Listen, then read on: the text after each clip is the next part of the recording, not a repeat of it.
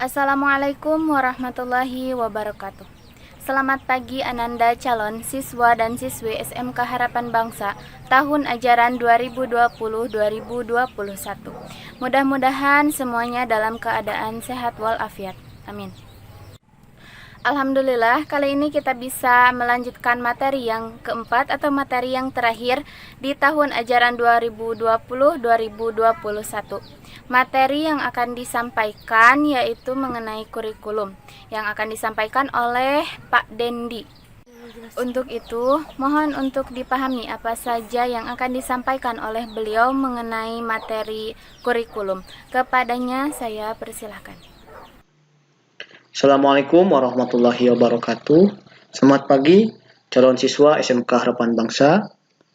Untuk materi kali ini, saya akan membawakan materi tentang pengenalan kurikulum SMK Harapan Bangsa.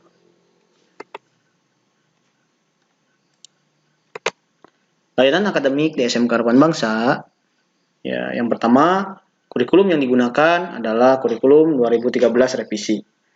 Beban belajar seluruhnya ada 5.016 jam pelajaran, terdiri dari kelas 10, 46 jam pelajaran per semester, kelas 11 dan 12, 48 jam per semester. Masa studi itu 3 tahun atau 6 semester. Jadi kalau tidak naik, ya berarti ada 4 tahun gitu ya, ditambah lagi 2 semester. Jumlah rombel dan peserta didik tahun pelajaran 2020-2021, kelas 10 3 rombel dengan jumlah peserta didik 100 orang. Itu sementara biasanya ketika sudah mulai masa pembelajaran ada yang masuk dan ada yang keluar. Sedangkan di kelas 11 3 rombel peserta didiknya 90 orang. Kelas 12 sama 3 rombel dengan jumlah peserta didik 99 siswa. Jadi semua total ada 9 rombel dan 289 siswa. Alhamdulillah dari tahun ke tahun peserta didik di SMK Harapan Bangsa terus meningkat. Proses pembelajaran di SMK Harapan Bangsa itu sudah standar kurikulumnya sesuai yang ditetapkan oleh pemerintah pusat. Ya, yang tadi sudah jelaskan bahwa belajarnya ada 46 jam untuk kelas 10, 48 jam untuk kelas 11 dan 12. Peserta didik ya dimohon untuk tidak memakai seragam sekolah yang tidak sesuai dengan tata tertib ya, tanpa alasan yang sah. Misalkan waktunya harus pakai batik, ternyata harus pakai koko. Nah itu nantinya pas di gerbang disuruh pulang dulu untuk mengganti pakaian, baru bisa diizinkan masuk. Yang ketiga, yang C, peserta didik mengikuti kegiatan ekstrakurikuler. Nah itu wajib. Kenapa wajib? Karena teruntuk siswa SMK Harapan Bangsa harus aktif, tidak boleh pasif. Misalkan di sekolah itu ada sekitar 10 ekstrakurikuler, pilih salah satunya. Kalau misalkan tidak mengikuti ekstrakurikuler, berarti ketika pembagian rapotnya akan ditahan. Yang selanjutnya, yang D, kehadiran dalam tatap muka atau KBM minimal 80%.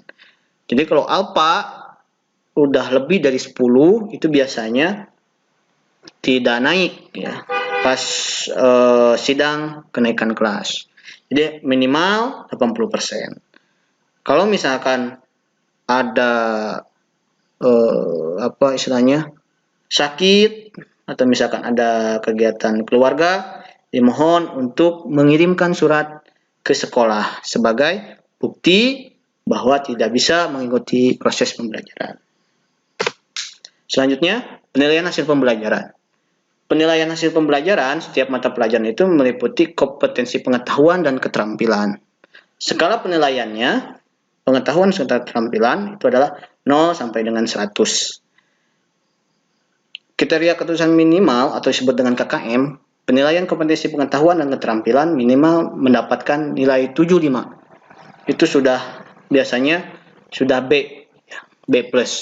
Kalau misalkan di bawah dari 75, biasanya nilai yang kalian capai dari pengetahuan dan keterampilan itu C atau cukup. Nah, ketika kalian terlanjur udah kelas 3, itu dimohon untuk mengupgrade nilainya menjadi C5. Selanjutnya, peserta didik dinyatakan tuntas pada setiap mata pelajaran apabila nilai pengetahuan dan keterampilan tuntas. Jadi pengetahuan nggak boleh 65 dan keterampilan juga nggak boleh 65. Maksudnya kenapa? Karena ketika sidang kenaikan kelas itu berakibat fatal. Jadi kalau misalkan lebih dari 3 mata pelajaran tidak tuntas KKM-nya, berarti Ananda tidak bisa naik kelas ke kelas selanjutnya. Selanjutnya yang kedua, penilaian kompetensi sikap spiritual dan sosial, ya. Atau ya biasanya itu ditilai oleh guru PAIBP dan PWKN. PAIBP itu apa? Pendidikan Agama Islam dan Budi Pekerti. Itu untuk spiritual. Sedangkan PPKN, pendidikan Pancasila dan kewarganegaraan, itu untuk sosialnya. Jadi 2 mata pelajaran itu harus punya kriteria baik, jangan cukup, karena berpengaruh juga untuk kenaikan kelas.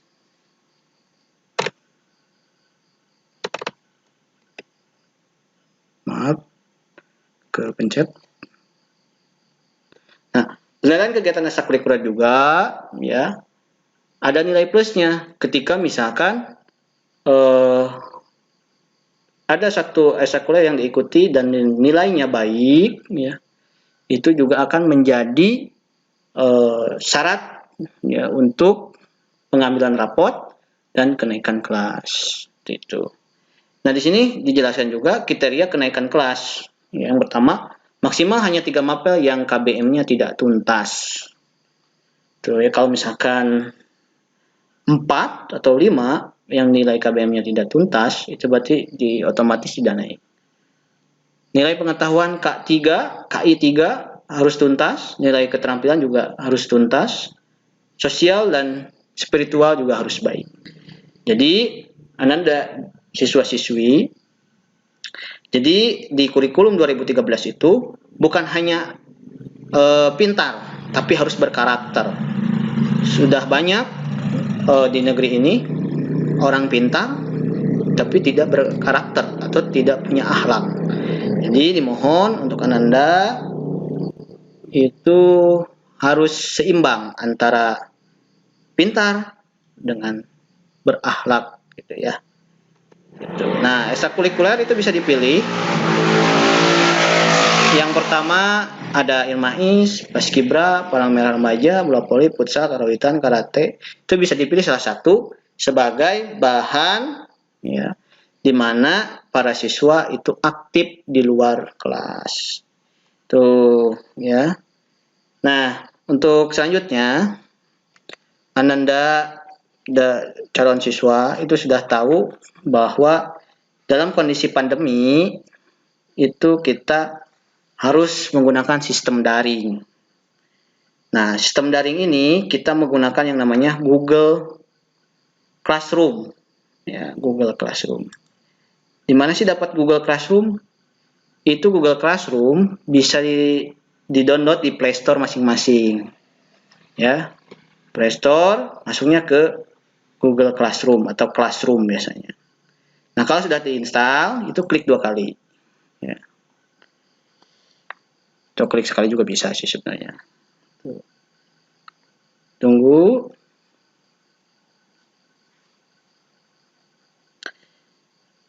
Nah, Google Classroom ini berfungsi untuk pembelajaran jarak jauh.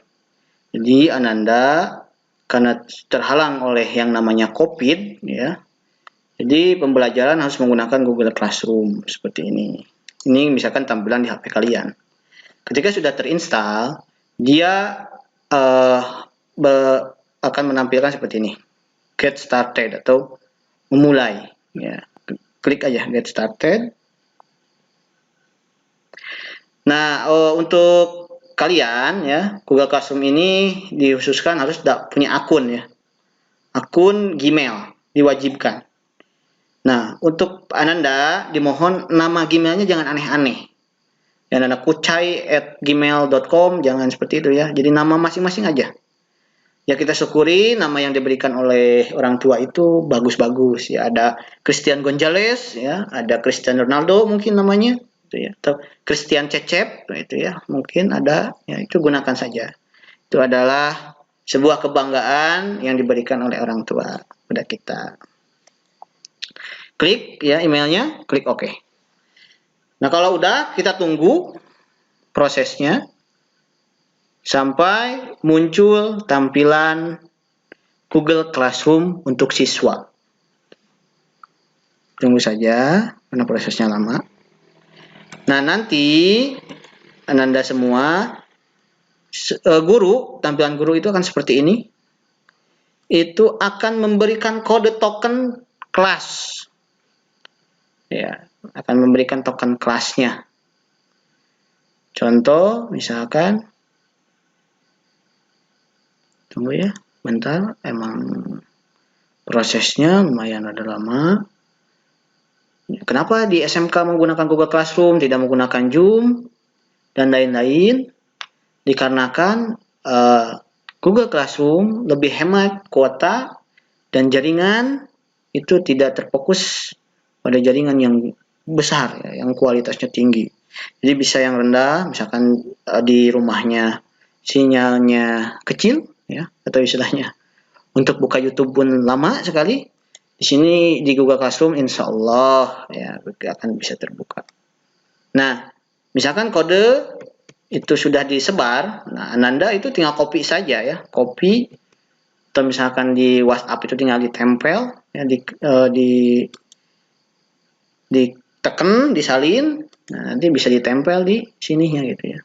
Nah, ini yang punya kakak kelas kalian ya, Randy. Nah, ini kalau kalian misalkan, kan asal biasanya kalau yang baru itu nanti tidak ada kelas ya, kosong, misalnya kosong. Nah, kalau kosong itu kalau mau menambahkan kelas maya itu ditambah di sini nih. Tambah join class, bukan create class ya. Join class. Join class, masukkan kode. Biasanya disalin ya. Klik join. Nah, kalau udah mau klik join, nanti Ananda akan masuk ke kelas yang dituju. Ya, sesuai dengan kode biasanya. Nah, seperti ini. Nah, ini udah masuk ya ke kelas TJBL. Tuh, ya siap Ananda bisa mengerti. Kalau tidak mengerti nanti bisa di komen aja di kolom komentar. Ya. Nah, untuk selanjutnya Ananda sebagai tugas sebelum masa pembelajaran akan dimulai, tolong diinstal dulu dari sekarang Google Classroom di HP smartphone kalian. Oke? Tidak terlalu besar, tidak sampai seperti Mobile Legends ya, sampai 3 GB ataupun PUBG ya, yang sampai kalau diinstal itu hampir 4 GB ya. Atau FF juga ya. Jadi tolong kalau nanti sudah ada pembelajaran baru, kuota itu harus dihemat. Kasihan orang tua kalian ya. Istilahnya ibu dan bapak kalian itu membeli kuotanya itu untuk belajar ya, bukan untuk bermain game itu ya. Mohon sekali untuk Ananda semua jangan membebankan orang tua kalian ya, karena kuota itu tidak semurah beli tempe itu ya, cuma 10.000 juga dapat 3. Kalau kuota kan nggak ada yang 10.000 cuma 1 giga. 1 giga itu buat apa gitu ya, untuk zaman sekarang tuh. Terus Pak, kenapa kita menggunakan WhatsApp ya, yang mudah, ada gratisan dan lain-lain. Kalau WhatsApp itu kasihan gurunya ya. Gurunya itu biasanya harus scroll seperti itu. Ya. Ya, cukup sekian dari saya. Nanti kalau ada pertanyaan nanti bisa di komen saja, atau misalkan di pas ada pembekalan juga itu bisa ditanyakan. Ya, sekian dari saya. Mohon maaf bila ada kesalahan kata. Assalamualaikum warahmatullahi wabarakatuh.